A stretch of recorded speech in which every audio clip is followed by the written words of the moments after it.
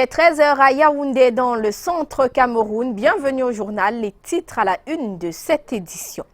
174 nouveaux officiers ont reçu ce jour les épaulettes à la cour d'honneur de la brigade du quartier général. La cérémonie solennelle était présidée par le président de la République du Cameroun, chef des armées. La 36e promotion de l'école militaire interarmée baptisée Unité et Diversité ce vendredi marque le triomphe de la 36e promotion de l'EMIA. Parmi les personnes invitées, les grands corps de l'État, les membres du corps diplomatique et des parents. Également à la une, le préfet Balungeli Confiance Ebounet promu hier soir directeur du cabinet du Premier ministre du Cameroun, chef du gouvernement. Il devient ainsi le deuxième collaborateur dans l'ordre de préséance du Premier ministre après le secrétaire général. Dans ce journal, onction du gouverneur de la région de l'Ouest et bénédiction des autres préfets aux nouveaux promus. Et puis, implantation cochléaire réussie sur un enfant de moins de 2 ans. L'opération a été réalisée pour la première fois à l'hôpital général de Douala. À suivre dans ce journal, quelques experts qui ont pratiqué l'opération. Voilà pour la une de cette édition.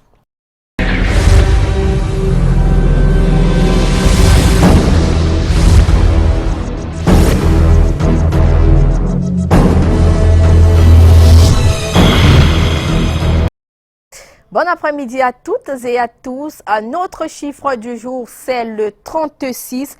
36 comme la 36e promotion de l'EMIA qui a été honorée ce vendredi. La 36e promotion est baptisée Unité et Diversité. Le président de la République, Paul Biya, chef des armées, a présidé ce jour à la cour d'honneur de la brigade du quartier général la cérémonie solennelle de remise des épaulettes aux 174 officiers.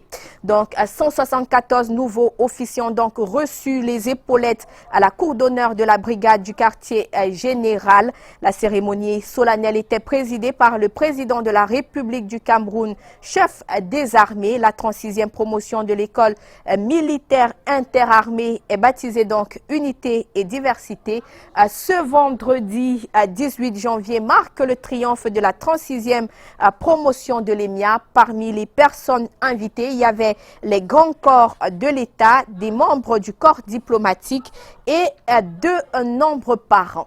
Également dans l'actualité, à l'invitation du président camerounais Yang Yichi, représentant spécial du président chinois et directeur du bureau de la commission des affaires étrangères du comité central du parti communiste chinois, effectue ce vendredi et demain samedi une visite officielle à Yaoundé. L'audience est prévue avec le chef de l'État du Cameroun aujourd'hui à 15 h. Allons à Yaoundé, allons retrouver Karel Mezatia-Choya. Bon après-midi à Karel. Vous nous parlez de cette 36e promotion de l'EMIA honorée ce vendredi. Adjama Ramou, madame, messieurs, bon après-midi. Vous l'avez annoncé en titre. Le chef de l'État, Paul Biya, a présidé il y a quelques instants seulement la cérémonie du triomphe de la 36e promotion de l'école militaire interarmée. La cérémonie s'achève à l'instant. 174 officiers au total ont donc été honorés ce jour. Promotion baptisée Unité et Diversité. Une belle fête qui s'est clôturée par le traditionnel défilé militaire.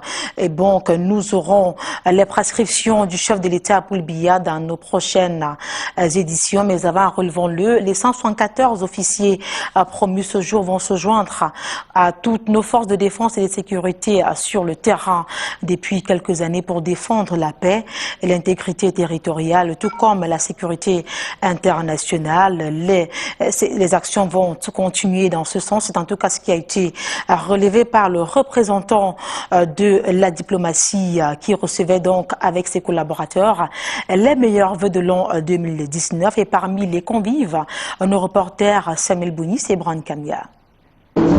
Contre vents et marées, la diplomatie camerounaise a rayonné en 2018 sur l'ensemble des 5 continents. Entre le rapatriement de 1900 citoyens en détresse en Afrique du Nord et en Asie, la mise sur pied du programme d'aide au retour et du programme Just Invest, l'accueil et l'encadrement de plus de 300 000 réfugiés en provenance du Nigeria, de la République centrafricaine et du Tchad, Le ministère des Relations extérieures a joué sa partition. L'action diplomatique de notre pays a contribué à la promotion du bien-être de nos citoyens, aux relations de bon voisinage, à la promotion de l'intégration régionale et de la coopération internationale, ainsi qu'à la préservation de la paix et de la sécurité internationale. Bilan dressé jeudi lors de la cérémonie de présentation des vœux de Nouvel An au ministre des Relations extérieures, le jeune Bella Bella, et les ministres délégués au MINREX chargés des relations avec le Commonwealth et de la coopération avec le monde islamique. 2019 ne sera pas de tout repos. La construction d'une diplomatie plus efficace devra reposer sur un principe fondamental. Je voudrais de ce fait humblement en appeler, par conséquent, l'ensemble du personnel au respect scrupuleux des principes fondamentaux qui régissent toute administration d'une manière générale, mais encore davantage notre administration. Au nom du président de la République. Des vœux, mais aussi des récompenses au personnel méritant qui reçoit des décorations à l'esplanade du ministère des Relations extérieures. Toujours dans l'actualité, la gouvernance forestière en Afrique centrale n'est pas suffisamment développée. C'est pour inverser la tendance que le Centre d'excellence sur la gouvernance forestière en Afrique centrale a organisé ici même dans la cité capitale et plus précisément à l'université de Yaoundé une séance de travail. Il est question pour tous les acteurs de s'impliquer pour obtenir de meilleurs résultats. Les travaux se sont déroulés en présence de nos reporters Chanel Wempé et Constant Kamga. La question de la gouvernance foncière demeure fondamentale pour les pays de l'Afrique centrale. Ces États connaissent encore de nombreux problèmes dans le domaine foncier, notamment l'insécurité des droits fonciers et les conflits entre peuples autochtones et gouvernements. Une situation à laquelle les acteurs du Centre d'excellence sur la gouvernance foncière en Afrique centrale, NEGAL, ont initié des réformes, mais qui n'ont pas été suffisamment menées sur le terrain. Ils ont à cet effet organisé un atelier de renforcement des capacités en gouvernance foncière ce jour à Yaoundé. Tout ce programme qui a donc pour objectif d'accompagner les universités dans la reconfiguration des curricula pour constituer des menus cohérents en mesure de répondre aux défis que je viens de relever. C'est donc pour cela que nous sommes là. Cet atelier a réuni les enseignants des différentes universités d'Afrique centrale, les représentants du Négal, les partenaires techniques, les peuples autochtones et les étudiants à l'université de Yaoundé 1, pôle d'excellence, pour échanger sur la thématique foncière. Chacun des membres a proposé des nouvelles réformes. Ce qui est déjà envisagé, c'est de pouvoir avoir un texte, comme je le disais tout à l'heure, dans la communication. En fait, il existe aujourd'hui déjà une agence qui a été créée donc en 2011 pour permettre en fait de faire de l'aménagement d'espaces et de parcelles et que les populations peuvent acquérir. Mais il faut aller un peu plus loin. Moi, je pense qu'à l'heure actuelle, n'ayant pas un texte spécifique sur le foncier, on a les différents codes. Le code forestier qui gère l'activité forestière, le code minier, le code des pêches et de l'aquaculture et le code de l'environnement. Donc moi je suggère que nous puissions avoir au niveau du Gabon, à l'issue des réformes, un code foncier. Si le foncier ne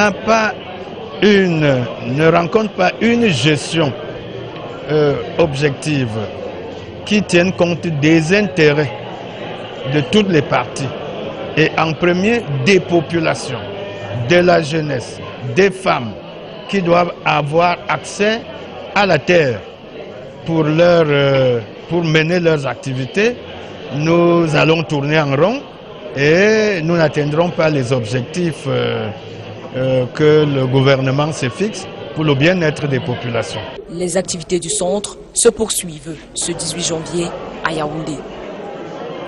Yaoundé abrite depuis hier l'atelier de lancement du programme interafricain pour l'amélioration des moyens de subsistance des petits exploitants de bambou. L'initiative portée par 4 pays africains vise à trouver des mécanismes appropriés pour faire du bambou une véritable matière première génératrice de revenus. Le ministre camerounais des forêts et de la faune a ouvert les travaux de cet atelier sur l'importance d'une telle rencontre. Je vous propose de l'écouter dans cet extrait sélectionné pour nous par Brand Kamga.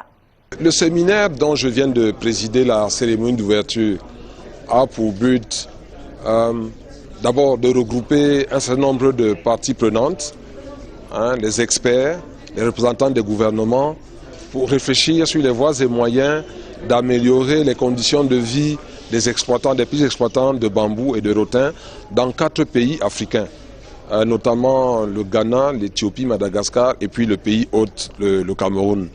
Nous devons sortir de là avec des idées innovatives pour favoriser notamment les femmes et les jeunes et pour mettre en valeur cette nouvelle matière première qu'est le bambou et le rotin et dont le Cameroun dispose de façon vraiment abondante.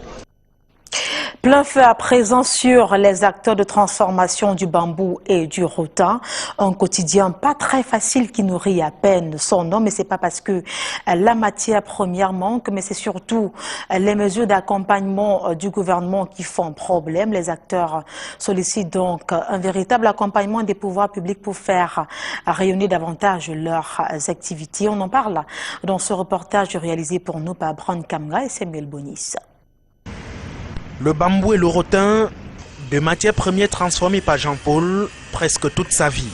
Près de 50 ans que cet artisan donne forme aux chaises, coffres et autres ustensiles grâce à ses plantes abondantes au Cameroun et en Afrique centrale. Seulement, l'activité n'évolue pas à la vitesse du monde, c'est presque du surplace. Nous travaillons actuellement pour vivre, nous ne travaillons pas pour qu'on se développe. C'est même là le véritable problème. Le gros problème dans ce domaine se résume en un seul mot, précarité. Tu as le métier, tu as l'art, mais le reste tu n'as pas l'accompagnement. Tu vas trouver ça où? Il y a l'accompagnement, mais aussi le souci de développer davantage la matière première pour la postérité. On devrait aussi chercher maintenant la politique de planter pour remplacer, parce que avant on prenait le rotin, juste ici avant Balmayo. Aujourd'hui, on n'en trouve plus. Vous voyez, au fur et à mesure, ça s'éloigne et c'est ça qui donne le coût cher. Là, maintenant, là, c'est grave. Au matériel qu'on achetait peut-être un paquet un fagot à 2500, 3500. Aujourd'hui, ça part presque à 9000. Sans oublier les tracasseries liées au contrôle des éléments des eaux et forêts. Au niveau de la clientèle, l'on note des normes avancées. Les œuvres d'art en bambou et en rotin ne sont plus l'apanage des expatriés. Avec une clientèle à plus de 70% africaine, les seigneurs de bambou et du rotin ont un souhait, être écoutés par les décideurs. Tant que les acteurs ne sont pas impliqués, parce que les autres là où sont les fonctionnaires, ils ne peuvent s'exprimer à notre place. Ils ne peuvent pas s'exprimer à notre place. Et des fois ces choses-là viennent, ça reste là-bas, nous on ne sait pas. C'est seulement de venir en un autre aide. Donc, moyens financiers d'abord, c'est l'argent qu'il faut. L'Organisation internationale de bambou et de rotin, Bureau Afrique centrale, a désormais son siège à Yaoundé. Un atelier verra le jour à l'issue du programme interafricain pour l'amélioration des moyens de subsistance des petits exploitants de bambou, lancé ce 17 janvier 2019. Cet atelier va donc répondre à ce souci en mettant à leur disposition un cadre de travail confortable et équipé qui leur permettra donc de produire des bambous de rotin de meilleure qualité. Les artisans attendent beaucoup de ce programme pour mieux se mouvoir afin de faire du bambou, celui de Chine, de raffia, le malacca ou le rotin, une véritable industrie de développement. En sport, les priorités de l'an 2019 ont été fixées hier par le ministre des Sports et de l'Éducation physique. Les chantiers en cours et la situation dans les fédérations sportives ont été évoqués par Narcisse Mouelé Kambi, tout nouveau ministre des Sports et de l'Éducation physique, qui recevait alors les meilleurs vœux de nouvel an de ses collaborateurs. C'était en présence de nos reporters Alain Gislain Kanga et Widi Dassi. Le nouveau patron des sports a fixé le cap de l'année 2019. Et l'une de ses priorités, c'est l'achèvement des infrastructures sportives en cours. La poursuite de la construction des grands complexes sportifs de l'Indé à Yaoundé, de Japoma à Douala, de Garoua et de Bafoussa, ainsi que la réalisation des travaux complémentaires au Municipal Stadium de Bouéa et au stade annexe de Lindé. La rénovation et l'extension des bâtiments centraux du ministère a été annoncée par Narcisse Mouelé Kambi, tenu un instant par un brin de nostalgie. Ne perdons pas de vue l'objectif principal assigné au ministère des Arts, des Sports et de l'Éducation physique.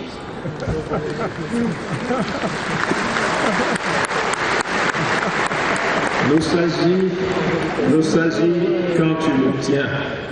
Le ministre des Sports aura un regard attentif sur le fonctionnement des 52 fédérations sportives qui attendent toutes le renouvellement des organes dirigeantes. Plusieurs doivent sortir de leur léthargie.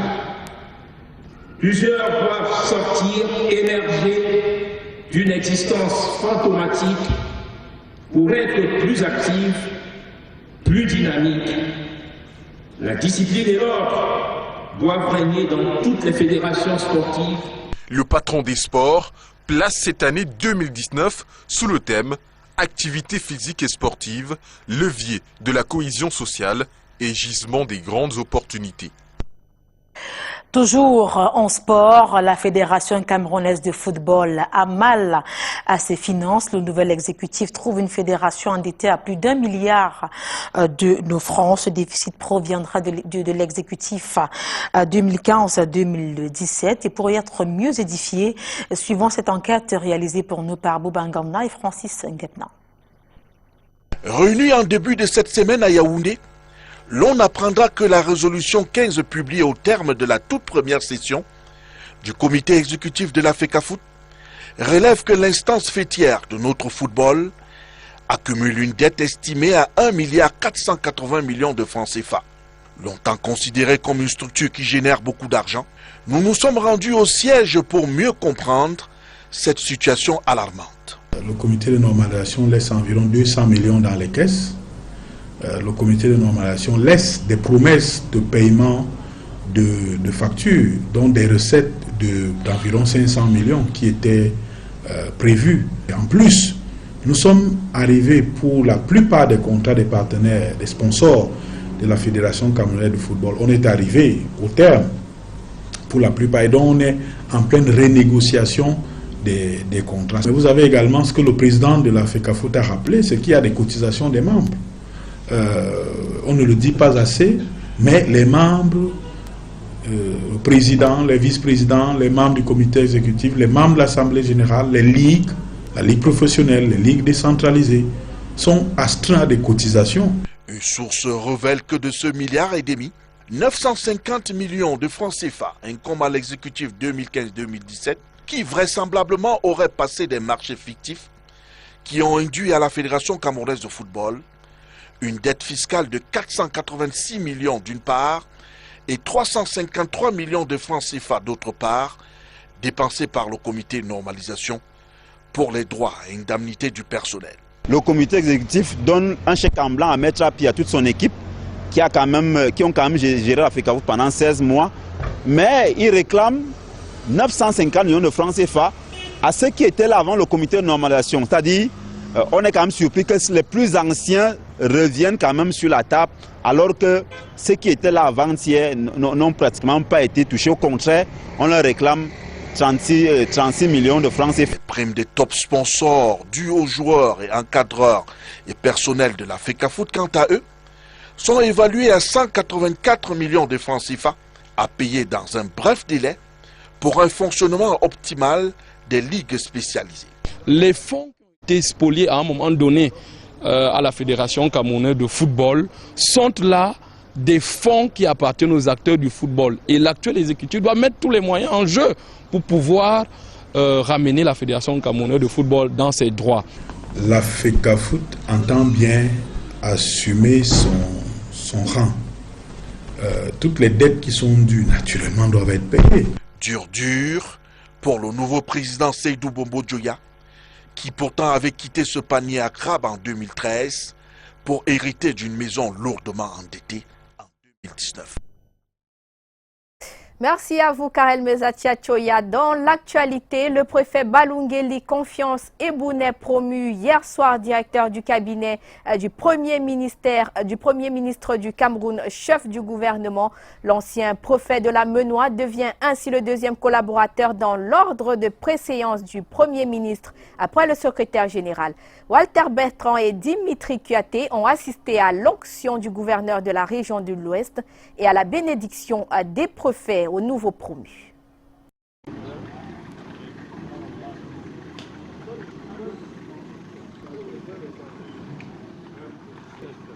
Balungeli Confiance Ebounet, précédemment préfet de la Menoie, est le nouveau directeur du cabinet du Premier ministre, chef du gouvernement.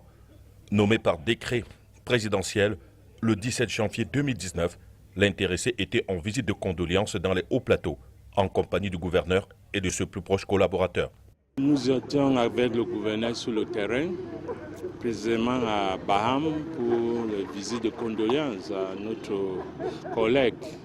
On était avec la famille, c'est là donc que la nouvelle nous est arrivée.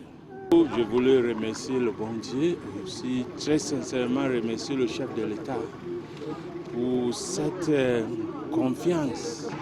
Et monsieur le Premier ministre, vraiment je n'attendais pas. Ça m'est arrivé comme ça, je suis vraiment surpris. Mais je vous l'ai promis au chef de l'État, monsieur le Premier ministre, je vais faire tout pour mériter ses confiances. Je suis vraiment très content et très fier que hier, collaborateur, aujourd'hui, depuis 17h, il est devenu le ministre, directeur du cabinet du Premier ministre. C'est quelque chose de formidable. En 1969 à Ilondogolo, arrondissement de Toko, département de Dian, région du sud-ouest. En santé, le service ORL de l'hôpital général de Douala a effectué hier pour la toute première fois l'implantation cochléaire sur enfants de moins de 2 ans. Une opération réussie, effectuée avec le concours du professeur Raji Abdelaziz, chef du service ORL du centre hospitalier universitaire Mohamed VI de Marrakech au Maroc. L'enfant souffrait d'une surdité profonde congénitale bilatérale. Cette opération, après cicatrisation, pourra désormais s'étendre et par ricochet, l'enfant pourra donc prononcer des phrases. Je vous propose à ce sujet d'écouter le professeur Richard Andjok, le directeur de l'hôpital général de Douala, et le professeur Richard Andjok, il est le directeur de l'hôpital La Quintini. Il est au micro de Mireille Flormani. Il est démontré que 1 à 2 enfants sur 1000 naissances naissent sourds. Et jusque-là, au niveau du Cameroun, nous étions face à une impasse. Donc, communément, on dit sourd-muet. Sourd ne veut pas forcément dire muet, parce que s'il y a une correction de la surdité très tôt après la naissance, l'enfant ne sera pas muet. Et cette correction-là, nous venons de la faire avec le professeur Raji de CHU de Marrakech, qui consiste à remédier à la surdité en mettant un appareil qu'on appelle l'implant cochléaire.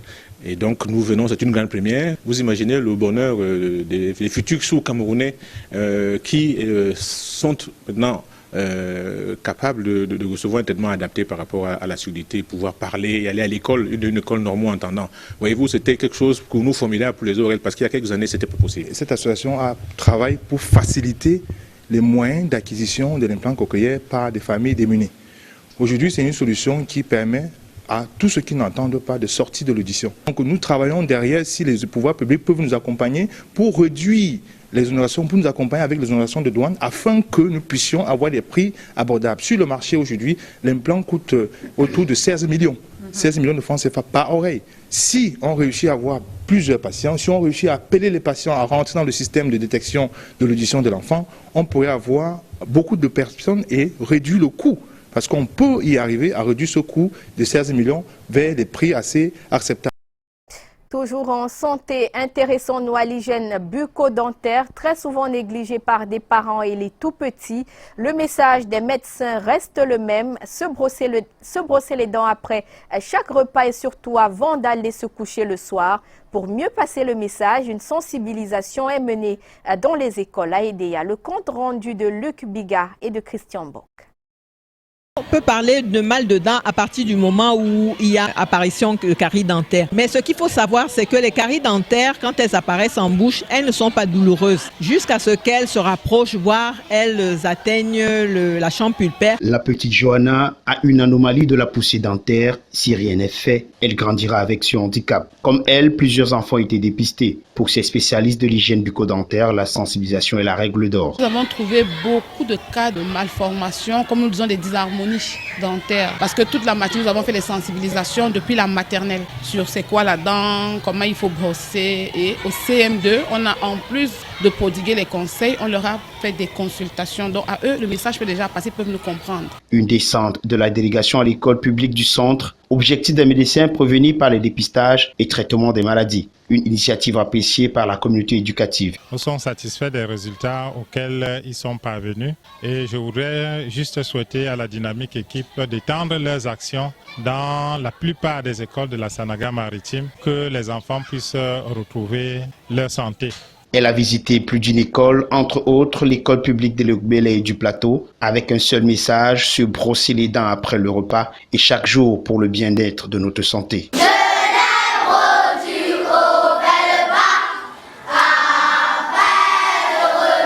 Tout commence dès le bas âge. Quand l'enfant sait déjà se brosser les dents, quand il est conscient que se brosser les dents, ça va limiter le risque de pathologie bucco-dentaire. Donc on se dit, à long terme, il y aura baisse de ces pathologies bucco-dentaires dans la vie. Un rappel, la carie dentaire est une maladie qui attaque beaucoup plus les enfants et environ 80% d'entre eux dont l'âge varie entre 5 et 10 ans.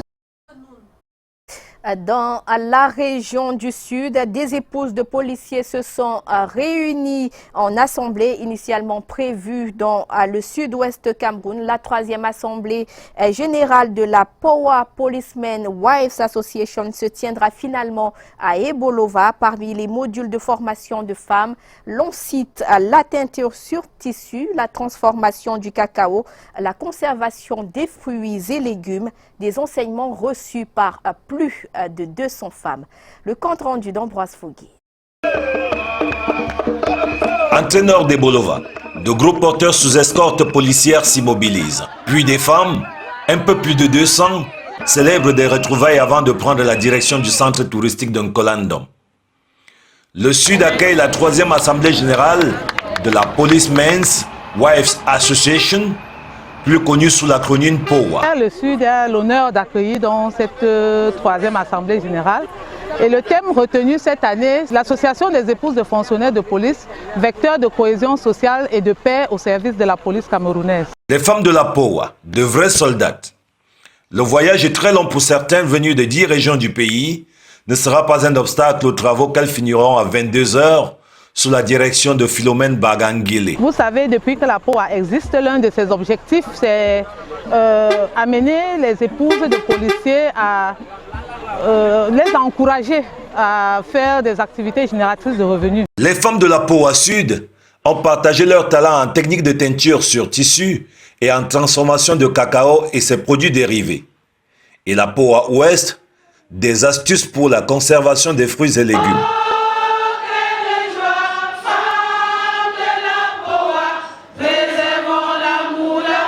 Première journée sur 3 bien remplie pour des épouses de policiers camerounais dont le souci est d'alléger le travail de leurs époux qui malheureusement n'auront peut-être de repos qu'après cette assemblée générale. Un des piliers de l'islam, la zakat, qui consiste à donner l'aumône aux personnes démunies et nécessiteuses. Le sultan roi des Bamoun a décidé d'instaurer cela dans le Noun. Le Beytoumal a été lancé à Bangour. Le récit d'Emekaterine Moukouri et de Njoya Nourdine. Le roi des Bamoun a décidé d'instaurer le Beytoumal ou encore zakat dans le département du Noun. Ce pilier de l'islam consiste au prélèvement de l'aumône pour venir en aide aux démunis. Le Beytoumal comme on l'a appelé, c'est en langue arabe qui signifie littéralement la trésorerie islamique. Et depuis le temps du prophète Mohammed sallallahu alayhi wa sallam, elle était comme une caisse qui accompagnait la société musulmane dans beaucoup de ses actions. Une décision qui vise à promouvoir la solidarité en ces moments difficiles. C'est à l'esplanade de la mosquée centrale de Bangoura que le Beytoumal a été lancé, un choix qui n'a pas été fait au hasard. Bangoura n'a pas été choisi au hasard. Vous savez, le Beytoumal qui est un démembrement, qui est une entité du COSI, du Conseil supérieur islamique du Noun et sa diaspora, est là pour faire dans le social. Il était de bon temps que, au lendemain du sinistre, il était de bon temps que le Beytoumal se fasse sentir pour dire aux populations que tout ce qui leur arrive à tout le peuple bamoun. Des enveloppes ont été remises aux personnes victimes des attaques séparatistes le 23 décembre 2018 pour encourager les populations qui se lancent dans ce nouvel élan de solidarité. Et c'est la fin du journal. Merci de votre fidélité. Ne manquez pas à 16h Écho des régions et à 19h50 le journal grand format. Bon après-midi et bon début de week-end à tous.